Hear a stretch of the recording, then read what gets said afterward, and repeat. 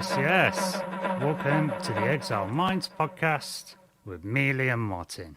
Thursday, 16th of February, 2023. And guess what I'm going to do? I forgot to tell people. I'm doing it. Well, I've got some people that I like to inform, and I haven't sent the link yet, so we'll do that now. How you doing? Are you all good? Right, today's show, we're going to have a show on Falklands War. Right then. Oh.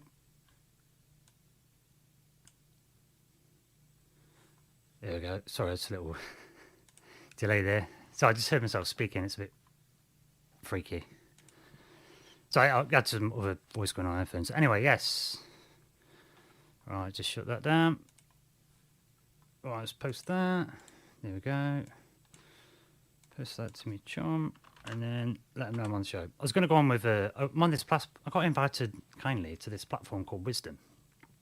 They got me as a top mentor, but I haven't been going on because I use my phone for it as a camera, so I haven't figured out a way to simulcast it yet. Oh, it's a bit of a nightmare, but anyway, we'll get on that soon, and we'll get some Wisdom listeners in. It's like a one-to-one conversation app. It's pretty cool actually if you're into these topics. And you ain't got a podcast and you're not listening to one currently and there isn't one on, you can go on there and just, there's random people having chats. But you can jump on like a caller, so it's just one-to-one. So pretty cool. I might do a bit of a showcase on that once I get it figured out, but we'll simulcast it at least anyway, even if it's just on my phone in front. But anyway, today's show. So today, I'll talk about, this goes a lot of ways, this show. So it's the Black Island Goo War. A bit of a amalgamation there because it's a few things this particular one. So let's have a look then. Falklands War, if you're not familiar, it was a conflict in the 80s between Britain and Argentina, and it didn't really make sense to me as a kid. I was a youth then. I would have been about 6 or something, but I remember it didn't really make sense and talk about these conflicts for years after. And there's something about it don't sit right. So we're gonna have a look at that today. So Black Island Goo War is a clue in the name there, because on tonight's show we're going to cover that war. There's a lot of tragedy, there's some mystery as well, and the tragedy bit is coming from Britain. So I'm British, so I've grown up now, and I'm like, need to call it out because Britain did something very, very wrong in front of the world and boasted about it. So we'll get to that. Okay, so that's my opinion anyway, but we'll get to that. So yeah, this one does get really, really weird. So I hope you enjoy it. I got wind of this from a researcher called David Griffin, back in the sort of 2012 hype days, and there was a lot of Alex Jones has been building up for a while, since Trade Center stuff 2001. So 2012 is a lot of hype. There's a lot of conspiracy stuff. People talking about UFOs, getting more and more popular. So. Yeah. We'll look at that one then.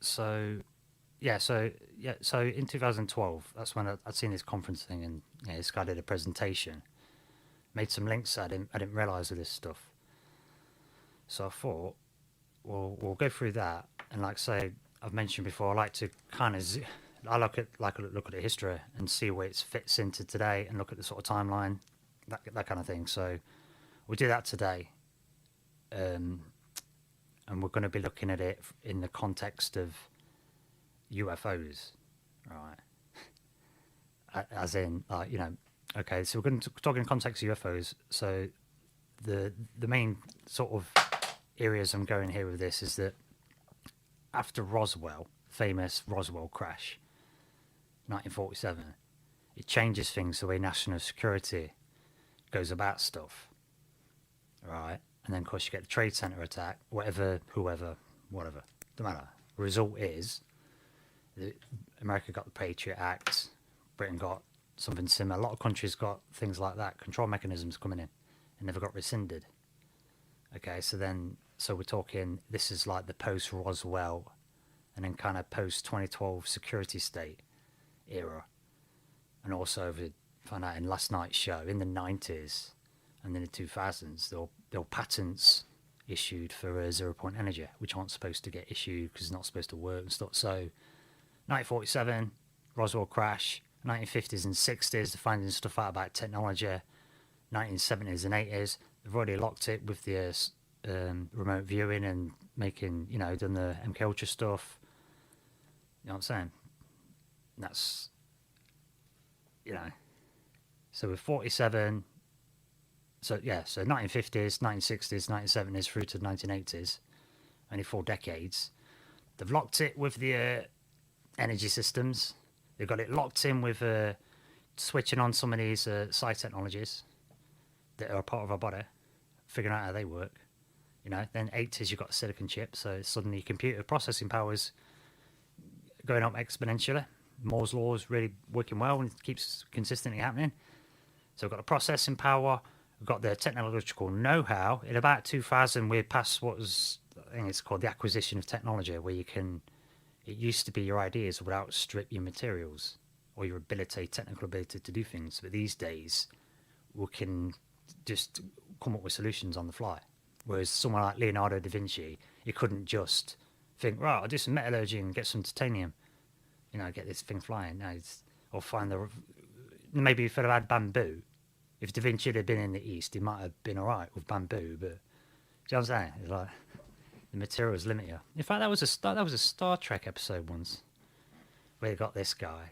I think Catherine Janeway. She used to talk to him. That was it. She used to talk to him as a confidant. And then someone hit the ship's computer. And so he's walking around like this alien world. There's a hologram thinking, oh my God, this is, I don't know what land this is, but it's great. It's better than Italy. But anyway, back to so we're talking pre-disclosure after Roswell, and I think we're imminently going to get disclosure. So we have this national security state we've been going on. I think Falklands has been a part of it. And you'll notice that we've seen last night about technology accelerating. I think time seems to be moving faster. A lot of people talk about that. I think they wrote a book about it, or it's a book, The Quickening. But I know Art Bell used to talk about the quickening. Time seems to be moving faster. And so, so if we'll have a look at this, and it relates into aliens because of the security and controlling language and censorship. Well, guess what? The world's made of language. Your reality is made of language, and the ETs are communicating with symbols and telepathy, and mesmerizing, and it's trippy. So it's related to psychedelics as well. This whole thing, it all comes together. Like Dr. Rick Strassman, DMT spirit molecule. ETs and plants are associated together. The Black Panther got his power from a space asteroid. And in the newer film, it's not much of a spoiler, but the Mayans are in it. And they got a similar thing. Found their heart-shaped herb because of the shaman doing his plant stuff. Told him where to find this heart-shaped herb. He's found. You know what I'm saying? So they had a kind of similar thing. So, yeah. So there's a language thing that goes in with this. That ties in together. And I think this is what it's about. And this is why in the future, this species can evolve as far as its language, right? You need new definitions. You need a language. Like, we couldn't have a concept of human rights until we start talking about it, and then someone comes up with a term, human rights, to encapsulate the whole idea. Yeah. And then it's like solidified in the world. Then it's not just ethereal, intangible thing. Once you've got a label for it, you can point at it. Yeah. I was gonna make a naughty little side joke there. Once you've shown a CDC image of something, then you can go, "That's real," and point at it. Don't sort of. Do you know what I'm saying? Once you can quantify it as something, then you can start to have it in this world, can't you? That's where ideas, you got to like write them down, or you got to tell somebody, or you got to utter them. Yeah, somebody made a comment in a Mike's chat actually earlier on today, and it's somebody. Yeah, let's put that up. Actually, there's a good example. I just mentioned that someone made a comment, and it was like a longish, not that long really, but longish comment, and at the end it said, "Do you think I was I've been not rambling too much?" But I said, "There, no, I can't find it now." Yeah, look, it's not that massive. I don't want to share somebody's thing, but yeah. Says Samura. Yeah, I read that, and yes, I commented actually. Yeah. I think that these thoughts, I have that kind of thinking almost every day in split shifts. I think it's useful to get these ideas out just in case there's a diamond in there. Even if it feels like rambling, it's often it's not. And I think it might be onto something. But that's a bit of a sidetrack. But yeah, get the stuff out. Name it. Name it. They tell you that in psychology as well. Name the thing. That's how you get control of the stuff in the thing. You know, like the things that are disturbing you, and, you know, your emotional stuff. They're the demons. Yeah, name the thing. If you can name it, if you can name the emotion, you got them, haven't you? Anyway, you know, it's what makes up your perception.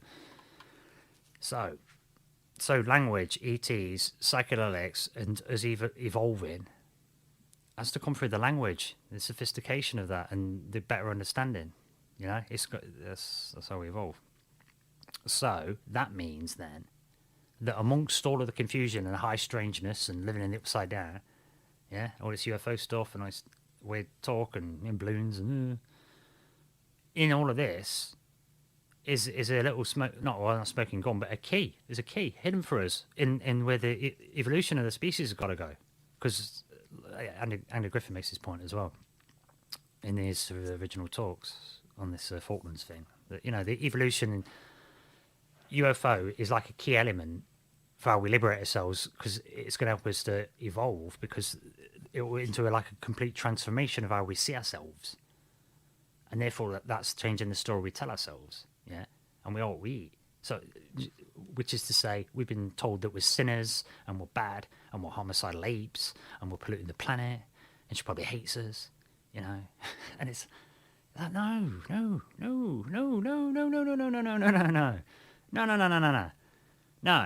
No, that's not what I think. You know, because some anthropologists decades ago said, "Oh, we're all homicidal apes." It's not even well like that. Yeah, you act like homicidal apes and try and get us to do the same. That's different. And then if we copy it through being brainwashed and repetition, that's not our natural state, is it? It's called massive oppression and brainwashing, which I've mentioned, because that's the most effective form of brainwashing, is to repeat. Anyway. Woo! Saucedo! James! Sup, James? Woo! Whoop! I got a fan. Whoop, whoop. Sure, I pay him, but, you know, not really. The check's not in the post, James. I don't really pay you. Wait, so where's my money? Right, yes. Oh, okay, Falklands War. Let's look at this, because I'm rambling on. But yeah, let's get into it. But I just wanted to make that point that language is where it's at, man. So let's have a look then. Falklands War, bit of a tragic one, this. And on the very, very surface of it makes no sense at all. So, right, normally, I'm just saying this. Normally, I think you're doing war, aren't you, when someone invades you or comes and attacks your stuff. Or if it's because you want someone's resources. That's what war tends to seem to happen in history. Either you're getting attacked and you don't like it, doing to others and all that, or you got something I like. Can I have it? No. I'm going to take it then. That, innit?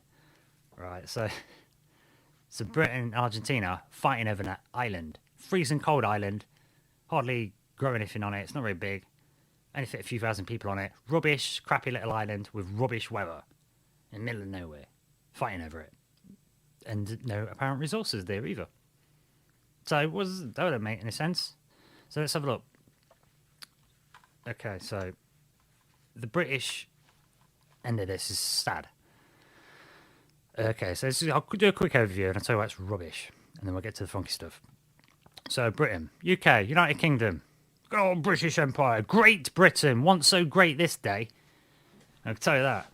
Shameful shizzles. Right, Falklands War, or otherwise known as the Maldives War, the South Atlantic War. Oh, it's been written and fact-checked by the editors of the Encyclopedia Britannica. So this is straight up the Falklands conflict from 1982. 2nd of April 1982 till June 14th, 1982. So April, May, June. Want a long conflict. But the thing that does me about... Okay, so I'll just quickly give you the outline for the radio listeners. I've got it on the screen for the video. Okay, so the Falkland Islands War, also called the Falklands War, Maldives War, or South Atlantic War, a brief undeclared war, mind you, a brief undeclared war fought between Argentina and Great Britain in 1982 over control of the Falkland Islands. Outbreak of the conflict, Argentina had claimed sovereignty over the Falkland Islands, which lie 300 miles east of its coast. Yeah, 300 miles. Yeah. Britain's like... That's South America. Britain's so far away from there. So far. It's almost on the other side of the world. This is my question. Why is Britain claiming an island on the other side of the world? It's not in your waters. It's not in British waters. There's no resources there. It's small. So is it that it's strategic? But then, you know what I'm saying? But it's closer to theirs. Surely they got first dibs. 400 miles away versus like 3,000 miles away. Something like that. You know, anyway, going on. Moving on. So, yeah, Encyclopedia Britannica, so it's 800 miles. Oh, sorry, no, yeah, the 300 miles, right, from the east of the waters. Okay, so, yeah, Britain, so 300 miles, right, they've declared it as theirs. And the reason this has got funky is because since the early 19th century, Argentina claimed sovereignty over the Falkland Islands, which lies 300 miles since the early 19th century, but Britain seized the island in 1833. Okay, so, yeah. Before that, they had it. So Britain took it in 1833, expelling the few, because it's not very big, few remaining Argentinian occupants, and since then, consistently rejected Argentina's claim. In early 1992, Argentine military junta, led by Lieutenant General Leopoldo Galtieri, gave up on long-running negotiations with Britain and instead launched an invasion of the island. The decision to invade was chiefly politically was criticised as economic mismanagement and human rights abuses. Believed that the recovery of the island would unite Argentinians behind the government in a patriotic fervour. Okay. So what's this, a political thing? An elite invasion force trained in secrecy, but its timetable was short, and on March 19th, when the dispute erupted, British-controlled South Georgian island, where Argentinian salvage workers raised Argentinian flag 800 miles east of the Falklands, naval forces quickly immobilised. Okay, so had this conflict. I don't know why we even got it or care. Okay. So it says here, how did Argentinian populace reacted favourably, as expected. So it did rally them together, with large crowds gathering at the Plaza de Mayo. Okay, so they thought it would control the people in a certain way. Just to mention, that's what it says. They thought it would, rally the people around the government and, national pride. It worked. Okay, so maybe that was a reason to do it. just to rally people. Things aren't working. Anyway, so that's what they do. So, yeah, so they've done that. In response to the invasion, the British government under Prime Minister Margaret Thatcher declared a war zone for 200 miles around the Falkland Islands. The government quickly assembled a naval task force around 2 aircraft carriers, the 30-year-old HMS Hermes, Trismegistus. I know you ain't got like hundreds of aircraft carriers, but called Hermes. I don't know if that's related. Could be, don't know. Anyway, just interesting. Didn't know that. And the HMS Invincible, a light carrier. 2 cruiser ships, pressed as in service as troop carriers, and Queen Elizabeth II, and Canberra. Okay, so they've drafted these ships in. Let's get in there quick. Let's do it. Problem is with this, like I say, I don't even know why they want this stuff, and without going through it all, because like I say, all political stuff, isn't it? The motivations seem to be something about security, though. National security, not, like I say, they're not in our waters. They're not close. You know what I'm saying? They're not doing anything to us. You know what I'm saying? Anyway. We've got Troubled Minds. 6 slow fade transitions. Yes, mate. Yeah. 3,000 milliseconds. Just so you know. Hey, Mike. Woo! Anyway, yeah, woo. Let's get back to it, yeah, because this is the time. I would like to use the C word, but I'm trying not to swear. But this is the time when Britain was one of them C words, because they've got this big, declared this war zone, then unofficial war, by the way. Don't know why they're there. Don't know why I'm doing it. Still don't make any sense, unless you look into the rest of this weird stuff. But check this. Look, this is the bit. On May the 2nd, the obsolete Argentinian cruiser General Belgrano, purchased from the United States after World War II, that's how great it was sunk outside of the war zone by the British nuclear-powered submarine. There we go, I'll just highlight that. Argentinian cruiser General Belgrano, purchased from the United States after World War II, so as old as was sunk outside of the war zone. And just remember that was an undeclared war. So what I like to call that, is murder. That's what I call it. Because that's not a declared war, is it? And it was outside of a war zone, and they were fleeing. Disgusting. Disgusting. Sorry, that annoys me, that does. That's bad. That's bad. So that's not right. And check this. This is why it annoys me as well. Check this. The Sun. Gotta love the Sun. Look how they sell it, look. Gotta sell it to you. Look at the media. Look at that. Gotcha. Gotcha. Got all of you. Kill them. Yay. Yeah, so that's wrong. So that's why I'm saying this is some BS, man. It's a BS island, cold, can fit about 11,000 people on it at most, and that's when it's a rave. You know what I mean? It's stupid. You don't want it. There's nothing there. There's no war. There's nothing. But it's near Antarctica. And we had the first show on Antarctica. Some weird stuff going on down there. So it's near Antarctica. And where else? You know, I don't know. But in Antarctica, that was in the first show. We saw there's a lot of Nazi stuff down there. Admiral Byrd went to get a Nazi base. A lot of people talk about how Hitler might have gone down there. Yeah? Yeah? And, you know, historically, Hitler supposed to shot himself in the head, so we always hear, but no, that's not true. Is it? Just to let you know. Just a little side swipe there. Yeah, Hitler in the newspunch.com, but it's been in a few. Historians finally admit Hitler did not shoot himself in the head. You know, you've probably heard this story. If you're not, it was a woman's skull. They faked it. You know, no one really. So why lie? Why lie about that? You know what I'm saying? So, yeah, anyway, back to this. Argentina, not far from Antarctica. Know what I'm saying? Something funky gone here. Britain's doing something. Yeah. Doing something weird. So, the story with this is, say from Andy Griffin, I want to give him a big up on this, because he got some sort of witnesses that come to him and then started looking into it and he really did a deep dive.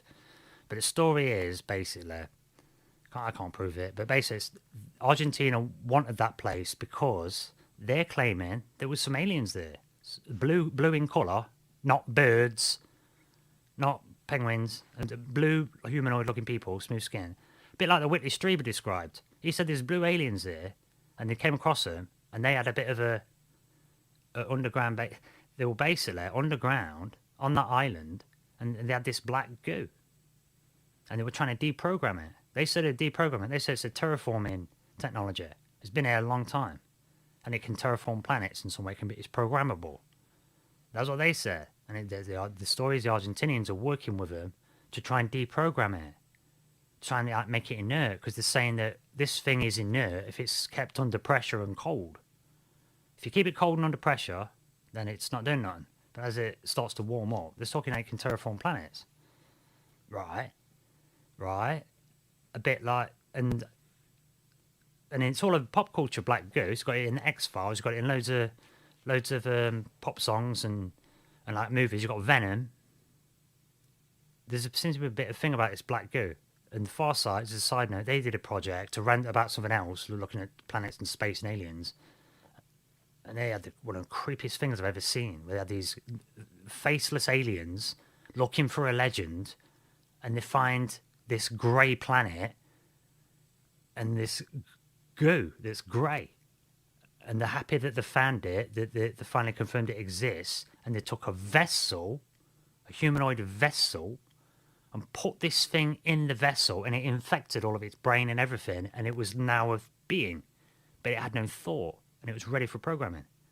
And it reminds me of that, and it gets me thinking like some Venom stuff. I don't know. But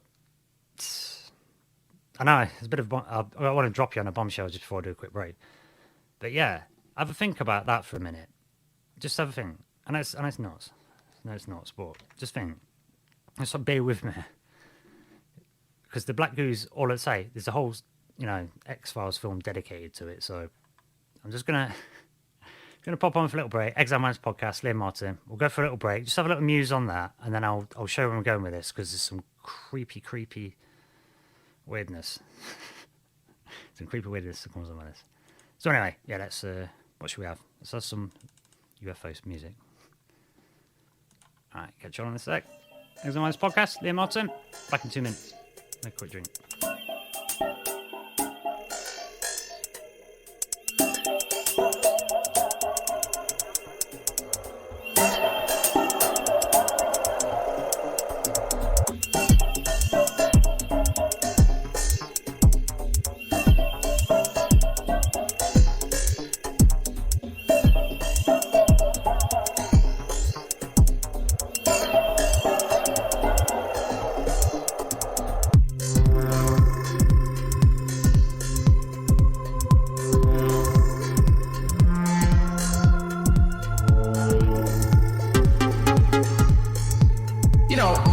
Skeptical, but actually, we both got weirded out by something that mentioned literally heartbeats happening. The Galactic Federation of Worlds, like 2 weeks before this. That's the remote viewing guys. I know I keep bringing them up, but they just keep weirding me the hell out. The Exile Minds podcast.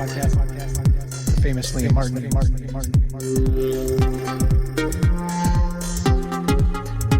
Have like several names that you're famous and the mighty. How can you beat that?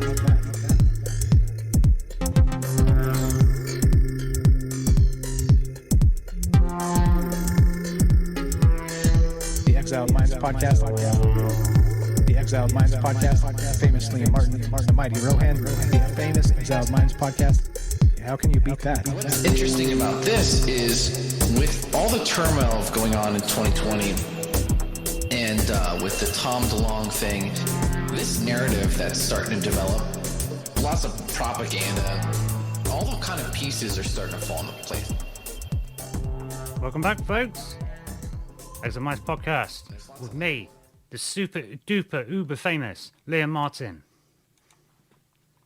aka the mighty Rohan, aka talking of aliens. Oh my God, what's that? Oh my God, it's a distortion. Oh, look, it could be. It's a UFO. Oh my God, look at that. Check my little graphic, look. Do you like that? Hey. Anyway, be gone. Be gone, UFO. And turn that lock thing off. Hey. Here we are then. Back.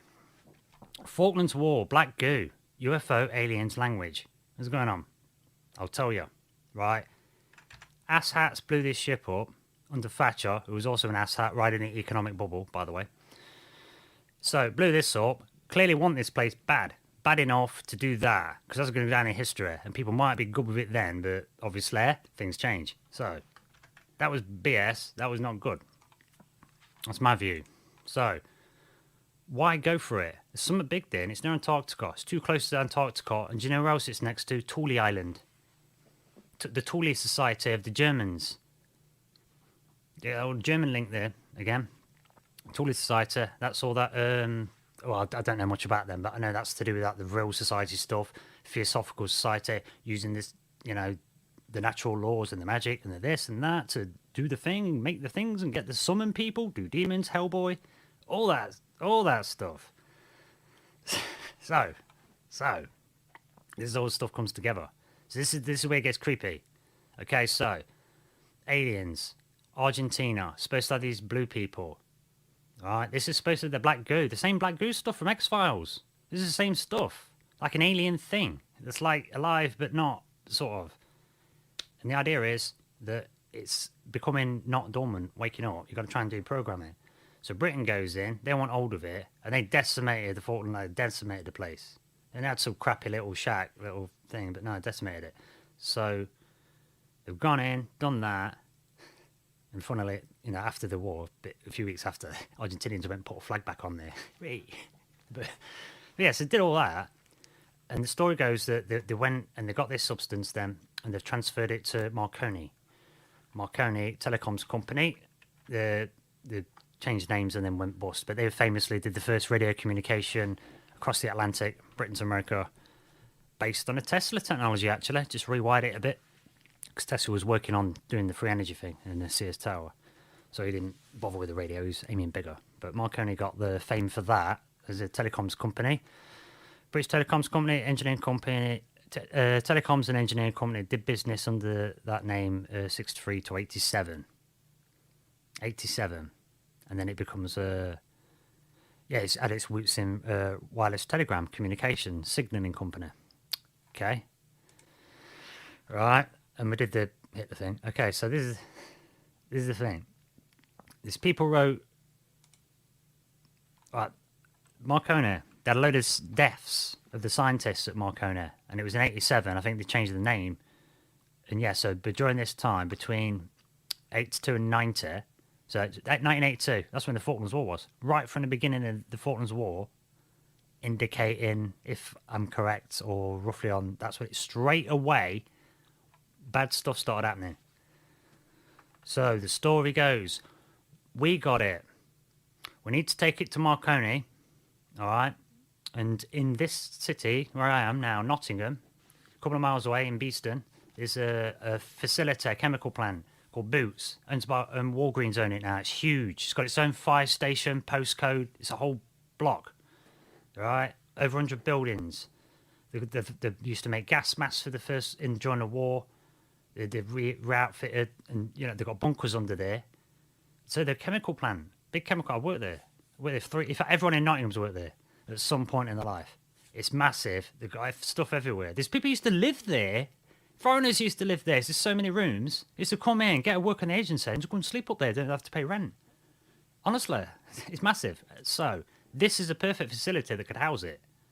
And now Andy Griffin got witnesses and soldiers saying, no, there was indicating it was about UFOs, making that symbol.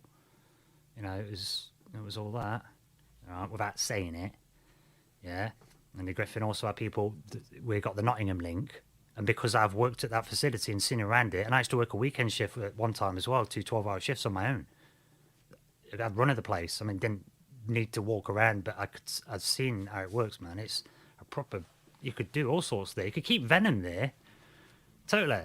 There's all these chambers and stuff, and yeah, and they have these, and because they have perfume contracts for like high branded stuff, they have these secure areas too. They have locked areas, and they have keypad areas. They have them 7.5-ton trucks that you get where you can take the whole box off the back and just load it on. They have them, but with special keypads on for like the perfumes and stuff. So they say. So it would have been able to be housed in Nottingham at Boots, no problem. Ship it over to Marconi, then Marconi opens up a hydraulics division. Okay, so what's a telecoms company doing with a hydraulics division? Hey Daryl, how's it going? Talking black goo. Might talk more Gellens as well, because it's kind of where it goes with this stuff. I think black goo something to do with that. I do. It's experimentation. But anyway. So yeah, so the Marconi scientists, let's put this back on. There's a bunch of deaths. I just want to show you on Wikipedia so you know it's like a real thing. GEC Marconi scientist deaths, and there's obviously conspiracy theorists. So yeah, scientist deaths, conspiracy theory claims that between 82 and 90, a number of British Marconi-based scientists, engineers worked at the Stingray torpedo project, United States Strategic Defense Initiative related projects died under mysterious circumstances. The first 5 deaths to gain widespread attention and linked to the theory came in 86 and 87. In just about a year, 6 different scientists died in mysterious circumstances, 3 of whom had worked at the Marconi Company, a subsidiary of the defence group General Electric Company. All right. Most deaths were ruled as suicides or accidents. One died after driving his car, which had been packed full of petrol containers, and he drove it into a building. Another died by tying a rope. It's Wikipedia. Another died. He tied a rope to his neck and then to a tree, and then just drove off in his car. The third died of carbon monoxide poisoning in his garage. No links were found between them. At the time, some opposition lawmakers in Britain in Parliament called for investigation into the deaths. Right. Andy Griffin, who originally saw this in that conference, he said he was fortunate enough to get to speak to one of the widows. One of these guys is supposed to have had, done a suicide attempt. And she said she thinks his death really was suicide in his case. But it's interesting to note that she said that he was working there and it was perfectly fine. And then a bunch of them got put onto some new project. A bunch of computer scientists got put onto some new project when they opened the hydraulics division. And ever since that division opened, he became very depressed. And so that's why she thinks he did kill himself. He became depressed and distressed. So that's odd. And there's people who wrote books about this. Open Verdict. Tony Collins and Stephen Arkell. Open Verdict. Oh, yeah, I've got to click on here. Yeah, Tony Collins. Open Verdict. An account of 25 mysterious deaths in a defence industry. So there's books about this stuff. Yeah, I think I've got an open one here somewhere. What we got? Yeah, check this, look. Check this. Oh, it's crazy deaths. It's like 25 in total. Between, in like a 6-year period, 25 deaths. John Britton, Ministry of Defence Tank Batteries Expert, Royal Military College of Science, January 87. Britton was found dead in his car park in his garage, engine still running. Verdict, accidental. Victor Moore, 46, drug overdose. Engineer Marconi Space Systems, died in February 87. Moore was found dead of a drug overdose, listed as suicide. Asphyxiation, Peter People, 46, scientist, Royal Military College of Science, 87, February again. Yeah, found dead beneath his car. Underneath his car, with his face near the tailpipe in the garage in his Oxfordshire home. Death was due to carbon monoxide poisoning, although tests showed that the engine had been running only a short time. Foul play has not been ruled out. 43. Edwin Skills, asphyxiation, engineer Marconi. February, again, 87. Skills was found dead under his car, victim of carbon monoxide poisoning. Is that the same guy? No, different guy, same thing. A hose this time a hose from the exhaust pipe. His death was listed as suicide. Auto accident, David Sands. Satellite projects manager. So this is another thing. They said that when they first started using it, this is another thing, it's in my notes actually, I didn't mention this. They said when they first started dealing with it, it was manipulating weather satellites. It was interfering with stuff. You know what I'm saying? So it's yeah, because he mentioned there was a weather satellite guy there. So right, moving back onto this. Let's check some more of them. Just for transparency.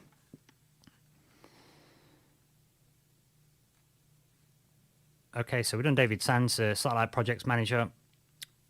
Auto accident, Stuart Gooding, 23, postgraduate research student, Royal Military College of Science, 87, again.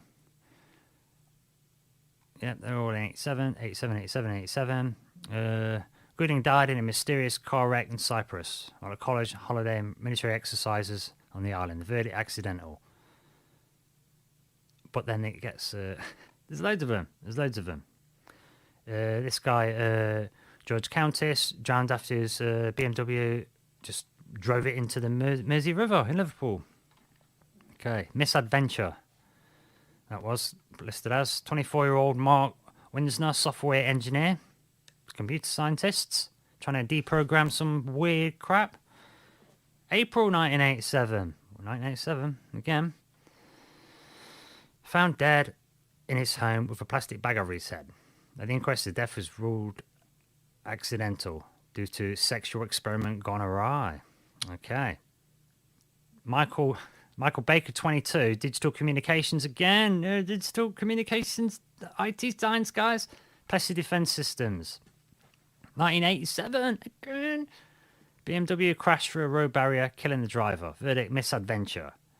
Frank Jennings, 60, electronic weapons engineer. Dies of a heart attack. June 87. Jennings allegedly dropped dead of a heart attack. No inquest was held. Leap of death. Russell Smith, 23, lab technician at Atomic Energy Research Establishment. January 1988. So just after 87. Smith's mangled body was found halfway down a cliff in Cornwall. Verdict, suicide. And it goes on. There's much of them. So that was the asphyxiation ones. Then you got electrocution. John Ferry, 60, 1988. Another electrocution. Alistair Beckham, 1950. Right. That was 1988. These are like later ones now. 33-year-old Andrew Hall died in 1988. British Aerospace. Again, found dead in his car, asphyxiated. Hose, fumes, car tailpipe. Tony Collins went on to write his own book on these strange deaths called Open Verdict. So you got this Open Verdict one, and this I can't remember what this one's called now. It was I think something like The Leap of Death, Russell, Atomic Energy Research. Oh, I can't remember what it was. But yeah, I'll put links in the description. So yeah, I mean, come on, 25 people dying in like what, a 6-year period. Immediately after that weird war. I don't know if they moved that stuff, but people saying they did. I ain't heard them. And, you know, eyewitness testimony, first-hand accounts, whatever. But into eyewitness testimony and first-hand accounts that write the history books. I'm just saying, I don't know. This is a weird one. This is a really weird one. With them creepy deaths. And there was, I mean, you get these people that come out and say that modern super soldiers, don't you? And I've heard people talking about this, where some guy said he's coming into contact with it in London. And it says it does. It feels like it's going inside of you. But I'm thinking on this, and I presume not many listeners and viewers would have watched this, but it's a Japanese animation series called Gaiva, Bio Booster Armor. All right. And this does exactly the same stuff as all of this. It's like a goo, but it's more like, it represented like tentacles, but it reads all your DNA. And then it hides in hyperspace behind you like a suit of armor ready. So if anything happens, it can reconstruct you. It's like got you on the astral, got like a copy of you. And it interfaces like an alien tech that then interfaces with the human, and because we've got so much potential in us, it can like grow and just be amazing. So I get thinking, are we a weapon? Are we a weapon? Or we weaponize a ball? I don't know. I think it gets a bit crazy. Because when I think to the black goo and I think of the venom, it's like that's a symbiotic relationship, isn't it? Same with a guy with bio boost armor. But what is this stuff? I mean, this is pretty far out, but I had this idea that because crude oil, fossil fuels. I mean, how many dinosaurs were there? It's not. I don't think it's fossil fuel. I think it's abiotic. Planet makes it, right? And they have found oil fields replenished at some places. No, Australia found a load of oil. Anyway, North. It was a few years ago. I mean, it was on coast to coast. So they found a load of abiotic oil. It's probably going to change, the supply things and that. But whatever. So you've got to. The oil industry would want to suppress that if oil wasn't finite and the planet's making it. But then I thought, if that's the case and it like lubricates tectonic plates, maybe it's a substance as like the body of the planet. And if that's the case, then maybe other planets have them. And if that's the case, we've got an exploded planet, asteroid belt. So maybe this stuff's like brain matter for the planet. Maybe if you've got a planet that suddenly blows up, maybe it's brain matter, some of it hits us, and it's a dead planet, right? So it gets into ghosts. Because what if they are alive planets? Can you have a ghost planet? Because if you can, and its brain matter is still on here, wouldn't we have an attachment? Right? And which black goo is which? Because if this theory was even half true, then this planet would have its own black goo. And then some Marduk black goo and so wouldn't that be like having a parasite or a possession? Do you know what I'm saying? Is our planet possessed by a ghost? I don't know. Just a thought. Just a thought. Hope you sleep at night.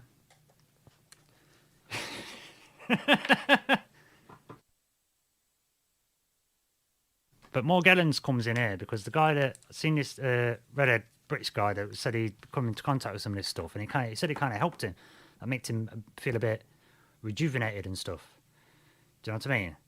Like colour in his cheeks and made him feel a bit slightly smarter and just working better. But he reckons it relates to that black goo stuff, and of course that Harold Klaus-Weller talks a lot about the black goo and the Morgellons disease as well. And I'm pretty sure, I ain't got a specific memory, I'm pretty sure he puts them two together, and that will, you're going to develop this stuff, aren't you? Obviously, you're going to try and program it, see what it can do, develop other things off of it. I wonder.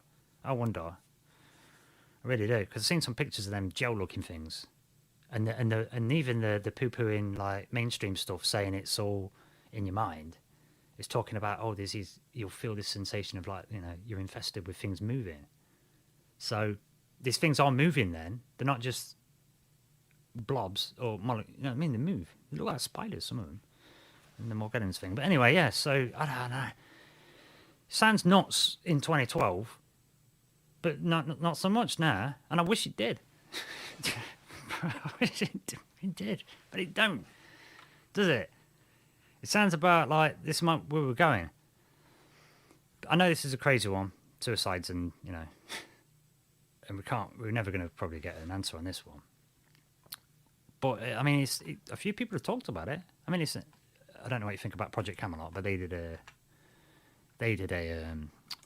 let's remember these people kind of thing, which I think is, fair enough. So if you want to check Project Camelot, the link's in the description. They do list everybody, same again. It's a little bit of a better write-up than the Wikipedia one, just a bit clearer. But yes, all the Mysterious Universe as well, they're pretty okay. Maybe flashy website and whatnot, just some good writing. They covered it. Yeah, highly controversial. Little disclaimer there, hold on. I might start doing that. But yeah, I mean, this is crazy how far out their stuff. But these people are doing free. They got Carly at CERN. They got Carly dressing in robes at CERN. They're going to Monarch, aren't they? And Bohemian Grove. God knows what. Is that really an effigy? You know what I'm saying? These people are crazy, right? Anyway, even if it's real, some of these politicians are nuts. And there's some nuts stuff in the world, and they're probably doing some of this nuts stuff. So, I don't know. Maybe it's not that crazy after all. I'd like to hear some comments, though, because I thought this is wild, man. I've been sitting on this for ages, and I've been ignoring it for 10 years, because it's a right rabbit hole. But I thought I'd do one, because it got mentioned a couple of months ago. And I'm going to try and get that Harold Klaus-Weller on, because I thought he was dead the other day when I was looking him up. It's a reliable source. Synchronicity King tells me no, he is in fact alive, or at least he was 2 months ago on Ryan Gable's show. So it might be good, And so I looked up his Telegram, and he's got a Telegram page, and he's currently posting. So hopefully, dude's around still, and he'll come on the show. So I'm going to try and get him on in March. I got Sani Brogan coming on next week, talk about voodoo on Thursday. So yeah, try and get Klaus on for March if he's available. And then I'm going to get Graham Hancock on by the end of the year. That's my goal. Graham Hancock, end of the year. We'll see. I'll do something. I'll do a Hancock series. Something. I'll be able to virtue some way. Anyway, no, just write a nice letter in actual pen. That'll probably do it. Just because nobody does that anymore.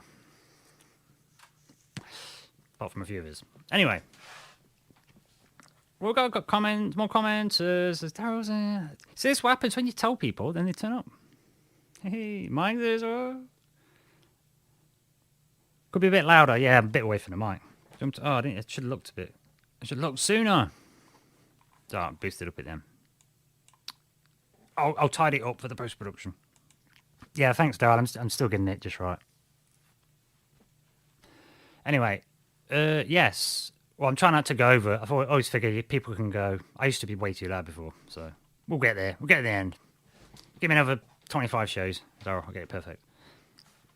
Yeah, I'm finished building my studio yet. But anyway, yeah, have a look at these strange deaths because some of them are weird, and like I say, I relate it to that kind of brain matter idea, and this thing about language, like it's trying to talk to us. Like I'm thinking, like how do we get the 100th monkey effect come to us? Do you know there must be a download mechanism like Wi-Fi? This was my thinking with this. Does the planet have a kind of Wi-Fi where it talks to you? And if so, it's got layers. The planet's got layers like a body. The Earth is a corpse, says in the Bible. Do you know what I'm saying? Has it got a mechanism? And is that... I don't know. Just melts my brain, this one. But yeah. I mean, this, like I said, when they said the interface of it, so this thing started affecting weather satellites. So, you know... And with all these scientists, I'm wondering if there's a mind control there, or is it that it's affected them, right? Or is it that it was that terrifying that I mean, you saw the ones I listed. Pretty much every one of them was there was all military, military defense and MOD guys and Navy. And, you know what I'm saying? These are tough guys, I guess, that have probably had a lot of isometric testing and mental health support, and because the soldiers, you'd think, wouldn't you? Especially in the 80s as well, we've just done the Falkland thing. You know, I don't know. People are doing therapy then. That's the thing, isn't it, in the 80s? In fact, that's definitely a big thing. Those are getting pushed, wasn't it? You know, inequality and, I don't know, it's just, and looking after each, I don't know. And it's an exciting time in the 80s, a lot of stuff, so... just seems weird. 80s is, you know, they call it this decade that style forgot, but the 80s was a really exciting time. There's a lot of innovation happening. There was, you know, a lot of economic bubbles happening. Things are getting good, you know. You've recovered from the war. You've built back up. You've got, I don't know. 80s seemed good with silicon chips coming in, and people were getting really wealthy in the 80s, weren't they? Business and that really booming. Loads of stuff was made in Japan, and it lasted. And I don't know. It's just weird, man. Just weird. Looking at the timelines of this. But yeah, I think definitely there's been some national security stuff going on with all of this stuff since Roswell, since, like, say, 2012 in the big all Mayan calendar stuff, because we did cross the galactic equator still. It still counts as something. The zodiacs do still reset then. You know, it must mean something. You know what I'm saying? A big change. And Golden Age stuff. Whatever that looks like. And I think this is where we do it. So we have to take control of it. So shouts out to Michael Strange, Trouble Minds Radio, actually. Because, you know, it's as I'm saying, there's a conversation out there. And it always attaches that quote of, you know, that Aristotle, we can have a conversation. We don't have to agree. Aristotle, mark of intelligent mind, to entertain the notion without necessarily believing in it. Just go with it and see how it goes. You know, and I think there's a lot of value in that. It really is. Because this stuff's stupid crazy, and there's plenty of stuff like that that's stupid crazy. And if we don't make it inviting for us all to be able to have our say, then people aren't going to tell us, are they? They're not going to tell us these weird things. You know? Anywho, I'm going to... There's rambling on there. Yeah, I'm going to wrap up the show a bit. Oh, yeah, I didn't realise I'm too damn quiet. Sorry, my thing was right down, Daryl, sorry. Yeah, so we'll see. See how that goes. Moving on. We'll get better. But yeah, I think that conversation has got to be had now more than ever. And we're going to have to put a foot down a bit more. And I think, like Mike's figured out, if we've come in at the right time for this kind of thing, you know. So this is time to put foot to the floor. I think this year is going to be a big one. It's going to be all kinds of weird. Them train derailment stuff, pretty bad. It's pretty bad stuff. But I think we're in for an exciting year this year. We've got to keep pushing, folks. Keep looking out for each other. And like I say, just, don't fall out. Don't fall out, because we're probably going to have to do like great depression again and start feeding each other and whatnot. So, we've got to do what we've got to do, haven't we? Anyway, let's get some music on. Atra. I'll do my original classic. So, Exile Minds podcast, Liam Martin, quick overview of the horrible thing that Britain did to Argentina, but it was then, in my view, probably for some really big reason, because that's just bad. Anyway, so yeah, aliens, black goo, language. Remember, you've got to be able to name things, know what they are. Yeah, that's why they say know your reason, innit? Know your goal. Get on top of it. Do your research. Share it. Tell people. Yeah. Folk are ready for it. I'm telling you. They're hungry. Help them out. Anyway, next time, Exile Minds podcast. I shall catch you all on Monday with a show on... I haven't decided yet, but we're definitely doing the voodoo on Thursday. Dr. Shiny program. And then, yeah, we'll just see what happens. See if anyone's got any requests. Anyway, you take care, folks. See you later. Exile Minds podcast. Liam Martin. I'll see you on Monday. GMT, 10 o'clock. Eastern, 5 p.m. Pacific, 2 p.m.